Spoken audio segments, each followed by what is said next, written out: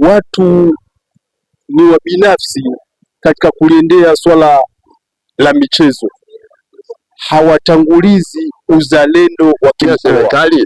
Na serikali ni sisi. Tutapokuwa tumelega na kujitenga, hatutaweza mkoa wa Katavi kuendeleza kwa jambo la aina yoyote. Bado tukaje tukapata malimao nao tukasikia imeuzwa da. Sasa wajiulize, na maana sisi hatuna haki ya kuwa na timu ya daraja la kwanza? Hizo timu unakutana na wadau wale wanakata tamaa hata kama ni kuwekeza, kwa sababu serikali haijachukulia msimamo wa kusimamia michezo.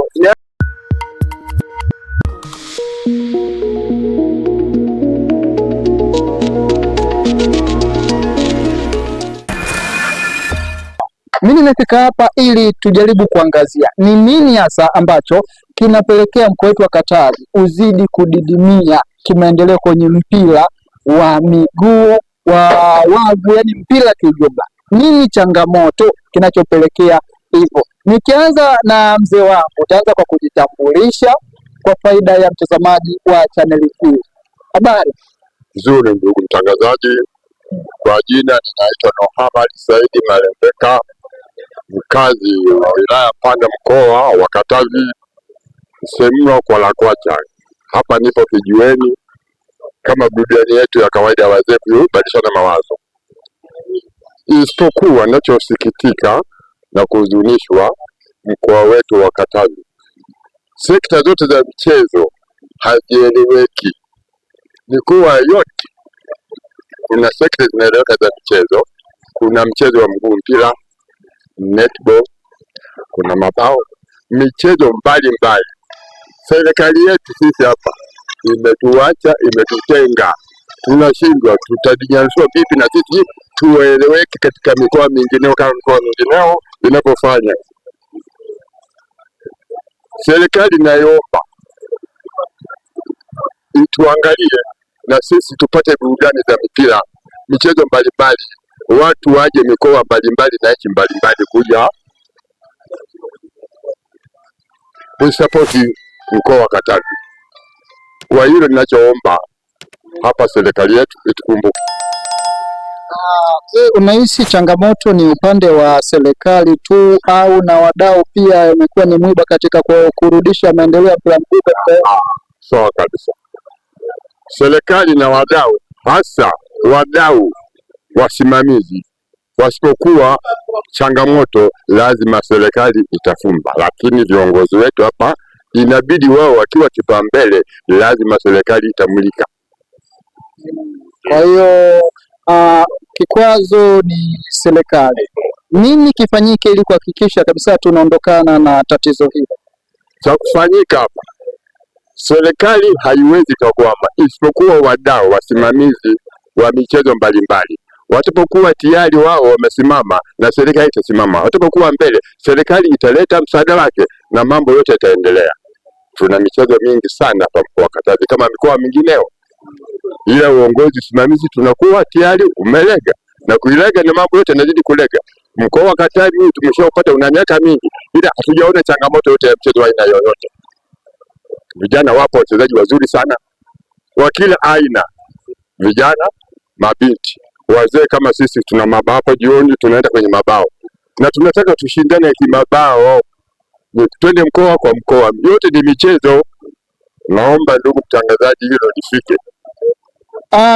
Mheshimiwa, hapo mwisho, tumekuwa na timu kadhaa hapa mkoani Katavi ambazo ziliwahi kufanya vizuri, lakini zingine zinauzwa, zingine zimepotea tu katika mazingira ambayo wengi jenzi hatuelewi. Labda nyinyi wa kipindi hicho mnaweza mkatueleza changamoto ni nini ambayo inapelekea timu zinakuja na zinapotea? Kwa majina mimi naitwa Mohamed Siguru. Kwa mimi, kwa uelewa wangu,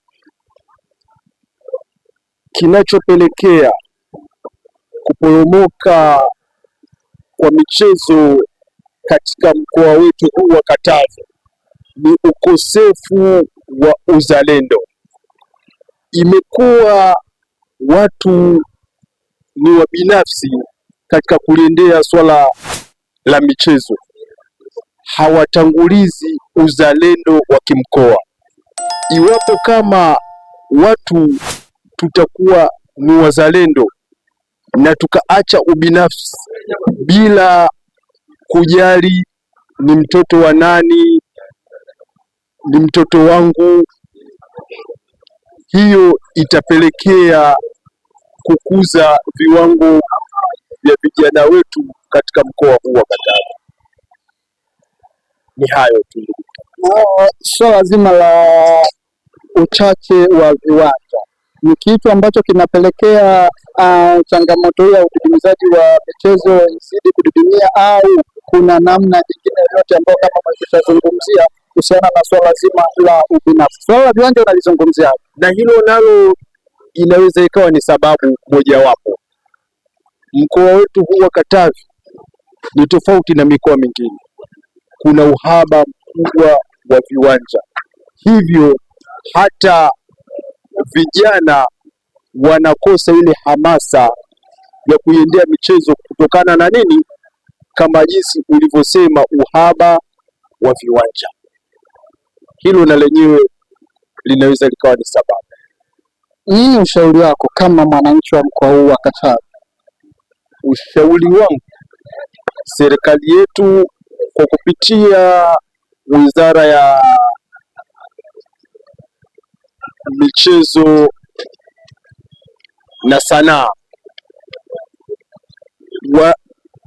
wauangalie sana mkoa huu wa Katavi ni namna gani wanaweza kukuza swala la michezo kwa vijana, lakini vile vile kwa mabinti na hata wazee kama walivyotangulia kusema wenzangu. Umeongelea swala la ubinafsi. Of course imekuwa ni swala moja kubwa sana, lakini lililojificha. Sasa hawa watu wanaofanya ubinafsi wanafanya ubinafsi kwa maslahi ya nani? Maana mwisho wa siku lazima tuelewe, na mtu anafanya kitu kwa sababu. Kwa nini ubinafsi na kwa maslahi ya nani? Ubinafsi unafanyika kwa maslahi ya familia fulani. Mtu ana mwanaye lakini haangalii uwezo wa mwanaye. Mtoto wa jirani unakuta ana uwezo mkubwa, lakini haangalii maslahi ya yule mtoto wa jirani, kwanza anaangalia maslahi ya mwanaye na familia yake. Ndio maana nikasema ubinafsi. So, katika kuhakikisha sasa tunakuza mpira wetu, hicho kitu kinapaswa kuondoka, na ni kwa namna gani tunaweza tukakiondoa? Maana mtu mwenyewe ambaye tayari amejitengenezea ubinafsi ni ngumu kuondoa, kwa sababu anajua anafaidika nacho vipi. Sisi tunakiondoaje? Kwa bahati nzuri tunazungumza na viongozi wa mpira katika wilaya yetu hii pamoja na mkoa kwa ujumla, ili tutajaribu kuwashauri waliangalie kwa mapana zaidi ili tuweze kuepukana na hali hiyo. Kama mdau wa michezo, unajisikiaje unaposikia kwamba bingwa wa mkoa au bingwa wa wilaya hajapewa kiasi kile alichokuwa ameahidiwa? Kwa kweli najisikia vibaya sana. Najisikia vibaya sana. Mimi nafikiri narudi tu kusema pale pale, serikali iliangalie kwa mapana zaidi swala ili kuweza kutia hamasa kwa vijana wetu. Narudi tena kwako. Kwa kipindi hiki namna michezo ilivyo imekuwa ni kama ajira, tofauti labda na miaka za nyuma kipindi nyinyi mnacheza. Utofauti ambao unazidi kujidhihirisha ni upi kutoka kipindi hicho mpaka sasa kwenye swala zima la mpira wa miguu? Ndio, nashukuru sana ndugu mtangazaji. Kwanza awali tulikuwa tunacheza mpira bila mshahara, tulikuwa tunacheza mpira bila jezi, unacheza unapekua kisiki mwiba mbele kwa mbele, na viwanja ambao kwa tunatumia viwanja vya shule. Sasa kila kitu kinaenda mwaka baada ya mwaka, mambo yanabadilika. Sasa hivi tumekuwa na mfumo ni mzuri. Tatizo la viwanja, serikali inapopanga na waziri wa michezo, tunatafuta eneo panatengenezwa viwanja. Bana, hapa patakuwa kiwanja cha timu fulani, kiwanja hiki michezo fulani. Kwanza serikali isimamie, na sisi wadau ndio tutafata. Bila kusimamia serikali, na serikali ni sisi, Tutapokuwa tumelega na kujitenga, hatutaweza mkoa wa Katavi kuendeleza kwa jambo la aina yoyote. Mlikuwa mnacheza bila jezi kifua wazi, ni kwa namna gani mlivyokuwa mnatambuana sasa wa uwanjani? Na je, ilikuwa ni mechi za mtaa, yani mashindano ya mtaani, au ndio mashindano kabisa mpo kwenye uwanja labda Azimio nini hapo mnacheza bila jezi? Na ni kwa namna gani? Ilikuwa kashauri hapa na Msakila, huyu bwana namjua fulani, nasoma nayo, yule fulani nasoma. Kwa hiyo timu fulani ya shule inavua jezi, ingineo inabaki na uniform. Unaona, ndio kutambuana kwetu kulikuwa. Na mimi nilikuwa napiga mpira namba 5, ulikuwa uweze kupita usoni kwangu mimi, labda ngoma naichukua inarudi ilikotoka. Unaona hiyo bwana, ilikuwa ni burudani. Tulikuwa tunasoma kile Mariam Kasasa, tulikuwa na kazi sehemu, alikuwa anafanya kazi mawasiliano, sisi bado ni wadogo, ila bahati mbaya nilipata injali ya kuumia mguu wa kushoto. Nafikiri unaona. Okay, sawa. Sababu ya bovu. Na ilikuwa hamna. Ukipewa shilingi 1 unashukuru Mungu. Shilingi 1. Shilingi 1. Kwa sasa hivi unaweza kaona kama shilingi ngapi? Mimi naona kama dawa ya ndagu.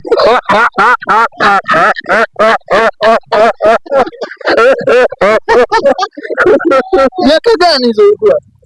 Mwaka 1964 65. Unakumbuka hiyo kitu? Sijakumbukaje mimi, nakumbukaje? Bado jazani wewe. Tupo sisi.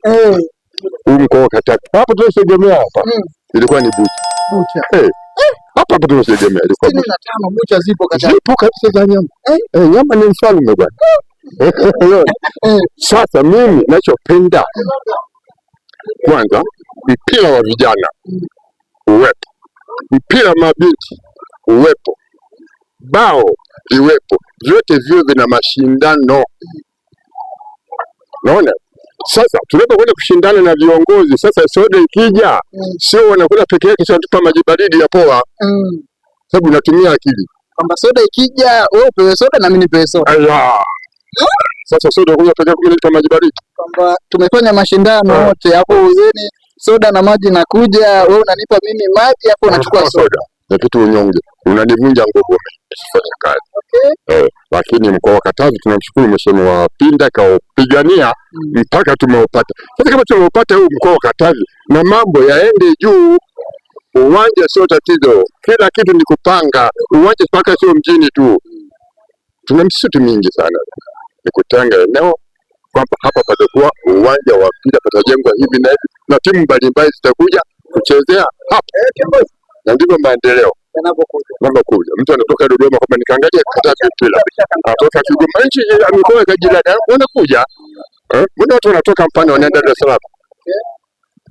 Okay, miaka za nyuma hapo mimi mwenyewe nilikuwa nishazaliwa, nilishuhudia hicho kitu. Nilishuhudia timu kama ya Simba ikija hapa mkoani Katavi. Kipindi hicho ilikuwa sidhani kama ilikuwa mkoa. Nipo kwako mheshimiwa hapo. Ilikuwa wilaya kipindi hicho, Simba anakuja hapa kana John Boko hapo kwenye moto kabisa. Kwa nini hiki kitu kimepotea miaka za hivi karibuni? Mimi nafikiri hicho kitu kimepotea ni sababu ya kuporomoka kwa mchezo wa mpira wa miguu katika mkoa huu. Kipindi hicho tunapokea timu kubwa kama vile Simba katika mkoa huu ni kwa sababu kidogo kulikuwa na ile hamasa, ila baada ya hamasa ile kukosekana, sasa imepelekea kuporomoka kwa swala la michezo kwa kiwango kikubwa sana. Sasa leo hata hivi vilabu vikubwa hatuvioni tena katika mkoa huu. Na ukiangalia kipindi hicho miundombinu hususa barabara ilikuwa mibovu sana. Kutoka hapa mpaka Tabora ni masaa ya kutosha, lakini saizi ni lami. Lakini bado timu za namna hiyo hapo hatuzioni. Ni kweli unachosema, yaani miundombinu haikuwa rafiki, lakini kutokana na ile hamasa iliyokuwepo kwa kipindi hicho ilipelekea ni kwamba hata vilabu vile vikubwa vikaweza na venyewe kuhamasika kuweza kutufikia katika mkoa huu, lakini kwa sababu hamasa hakuna, basi ndio hiyo changamoto iliyopo. kuanzia miaka hizo mzee wangu hapa, ni timu gani ambazo zilikuwa zinatisha hapa Mpanda kipindi hicho, ikiwa si wilaya na vitu vingine? Ni timu gani ambazo unazikumbuka kwamba kulikuwa na timu fulani na timu fulani na timu fulani zilikuwa ni hatari? Timu ambayo ilikuwa inatisha kwa timu moja mawasiliano, Ujenzi Basi. Na ilikuwa chini ya idara wizara ya ujenzi. Ilikuwa wizara ya ujenzi. Hiyo ndio ilikuwa inatisha. Ndio kina Kaswasa au nakwambia Mwalimu Kaswasa. Hizi Katavi Kids ni za hivi karibuni. Hizo tusijue tu. Na wala hazikutengeneza story yoyote. Hamna story kama mitumba, nini Malibao, na juzi. Malibao wamefanya vizuri, ataenda mbalimbali. Wamefanya vizuri. Sasa msimamo wa viongozi ndio tuangusha. Vijana wapo wapiga mpira hapa. Unajua Malibao yuko wapi? Sijui kwa nini Malibao atanipeleka peke.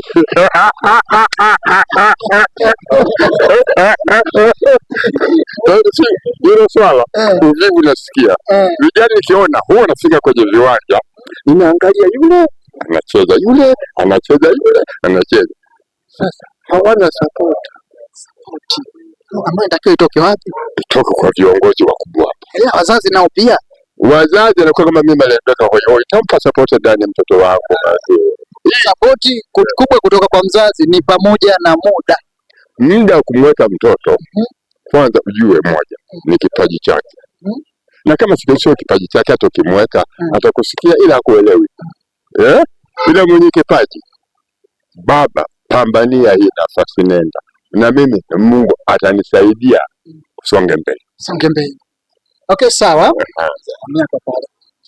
Sasa wakati tukiwa tunaendelea kumulikia ili jamvi, kuna baadhi ya vitu ambavyo pia tunaweza turudi miaka za 2000, tutoke zile miaka za 60, tuongelee soka la 2000 mpaka 2020 mzangu, kwa mkoa wetu kipindi ikiwa wilaya mpaka sasa mkoa. Kwa upande wako unaona ni kitu gani ambacho kinapelekea mpira wetu wa Katavi uzidi kudidimia siku hadi siku? Kwanza kwa kujitambulisha.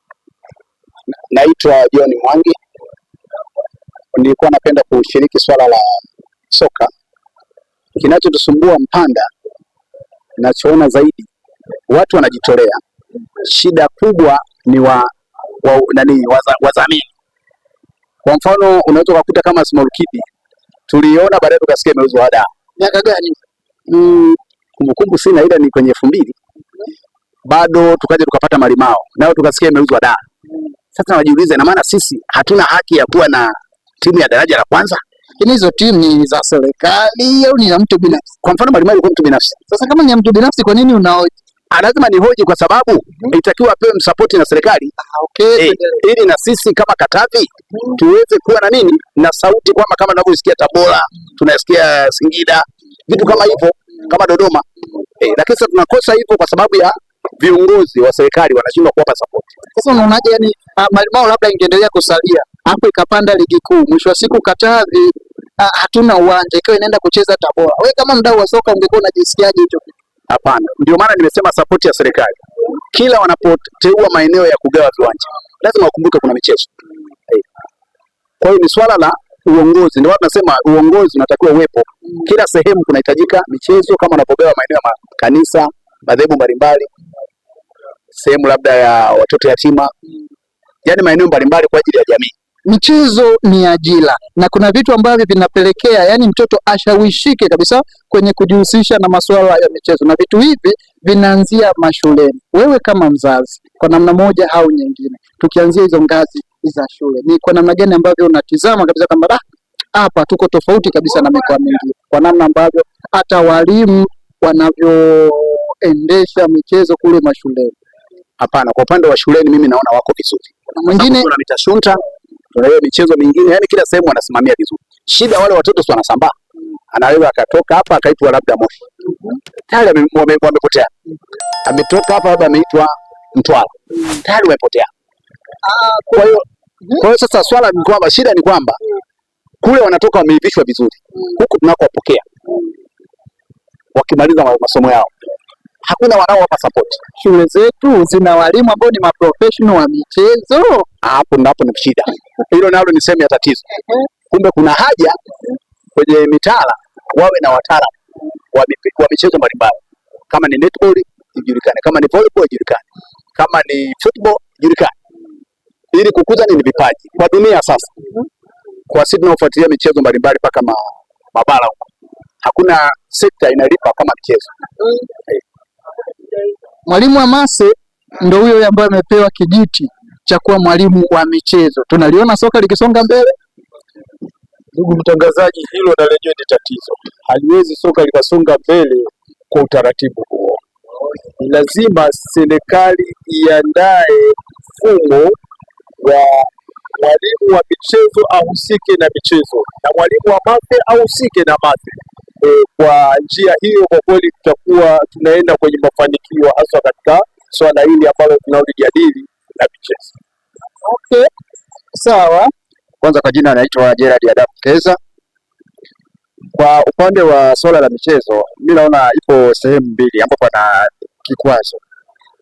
Swala la kwanza ni serikali na swala la pili ni wadau.